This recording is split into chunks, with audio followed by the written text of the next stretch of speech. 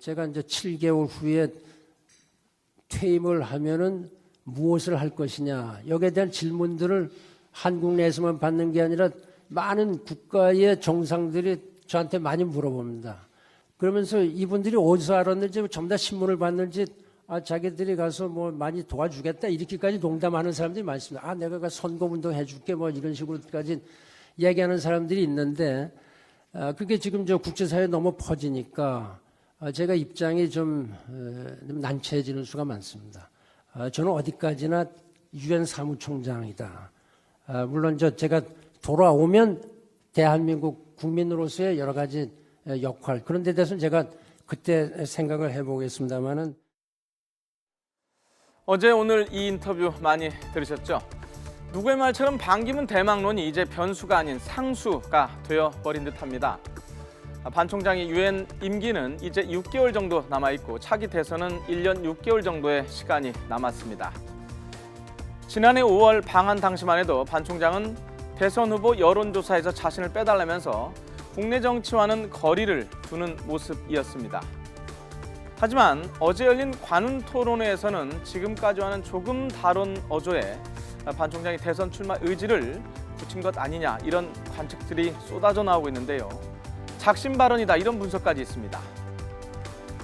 어제 발언 이후에 반 총장이 사실상 대선 출마 의지를 굳힌 것 아니냐는 언론 보도에 대해서 들으셨지만, 정작 반 총장은 자신의 발언을 확대 해석하지 말라면서 다소 조심스러운 입장을 보였는데요. 반기문 사무총장의 방안으로 정치권에 불어닥친 반풍이 심상치 않습니다. 과연 반기문 대망론 현실화되는 걸까요? 자세히 알아보겠습니다.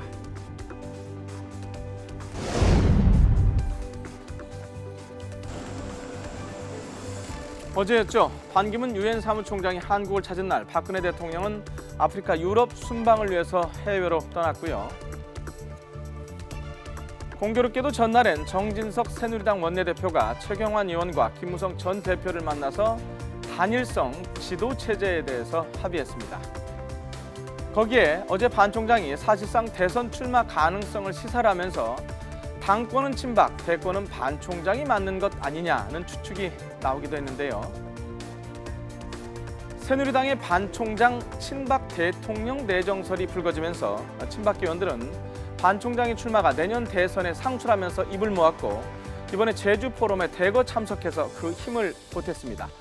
하지만 비박 의원들의 생각은 다른데요. 하태경 새누리당 의원은 아예 반 총장의 친박 후보론을 일축하면서 반 총장에 대한 친박 후보로는 친박의 짝사랑이라는 입장을 내놨습니다.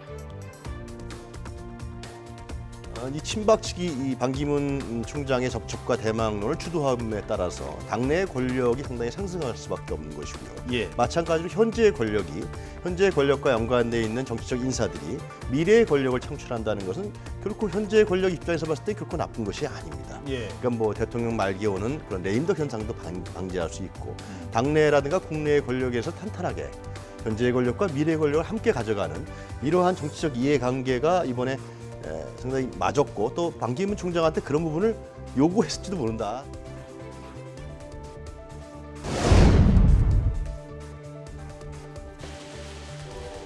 아시겠지만 최근에 이원종 전 충북지사가 대통령 비서실장에 임명됐습니다. 또 새누리당 정진석 원내대표 역시 충청 출신이어서 반기문 총장과 집권 세력과의 교감이 있는 것 아니냐는 추측도 나오고 있는데요. 또한 정치권에서는 대구 경북과 충청을 결합한 현 집권 세력의 정권 재창출 시나리오가 유력하게 거론이 되고 있는 상황인데요. 충청권 역시 대선 전국의 캐스팅 보트가 아닌 주인공으로 올라서야 한다는 열망이 강한데요.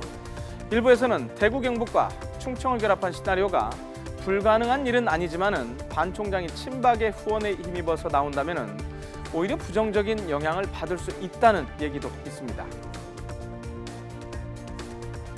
충청에서는 지금까지 대통령이 한 번도 배출된 적이 없고, 충청인들이 실제로 상당히 많이 지금 기대를 하고 있는 것으로 보입니다. 네. 그러니까 그렇게 되면 충청과 TK의 결합, 상당히 정치 공학적으로 봤을 때는 아주 가능성이 높은 그런 상황이라고 볼 수 있는데, 네. 정치라는 것은 워낙 유동적이기 때문에 만약에 반기문 유엔 사무총장이 그 친박계 그리고 박근혜 대통령으로부터 후원을 받으면서 대통령 후보로 나온다는 그런 모양새가 되면 그건 아마 참패를 면하기 어려울 겁니다.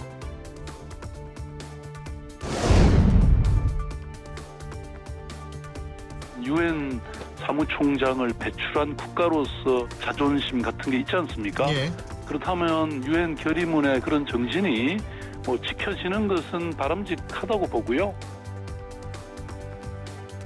예, 박원순 서울시장 말인데요. 반기문이라는 강력한 대선 주자의 등장으로 야권, 특히 대선 주자들의 견제도 만만치가 않습니다. 반 총장의 대선 출마가 만약 현실화된다면 국민의당 안철수 대표가 가장 큰 영향을 받을 것이라는 예측이 많은데요. 반기문 총장의 대선 출마에 대해서 묻는 질문에 안 대표는 오늘 이렇게 말했습니다. 드릴 말씀이 없다고 말했습니다. 현재까지 여론조사 상황만 보면 반기문 총장의 성적표는 나쁘지 않은 상황인데요. 반 총장이 대권 출마 가능성을 시사하자 야권의 대권 주자들은 올 것이 왔다 하는 심정이 아닐까 싶습니다.